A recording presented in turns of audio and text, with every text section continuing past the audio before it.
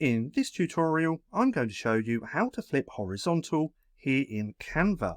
So I already have this graphic just here. All that we have to do is simply click onto our graphic or element or image, then come up to the top to this toolbar where it says flip. If we click on there, we can then flip horizontal, and there we go. Now please note, this does not work on Canva shapes. So if we come to elements, let's get rid of that. Let's come down to shapes just here. Let's just add one of these like so. If we add this shape, then come to the toolbar, there is nothing to flip. It's the same when it comes to text. So if we click on this text, there's no flip feature in the toolbar.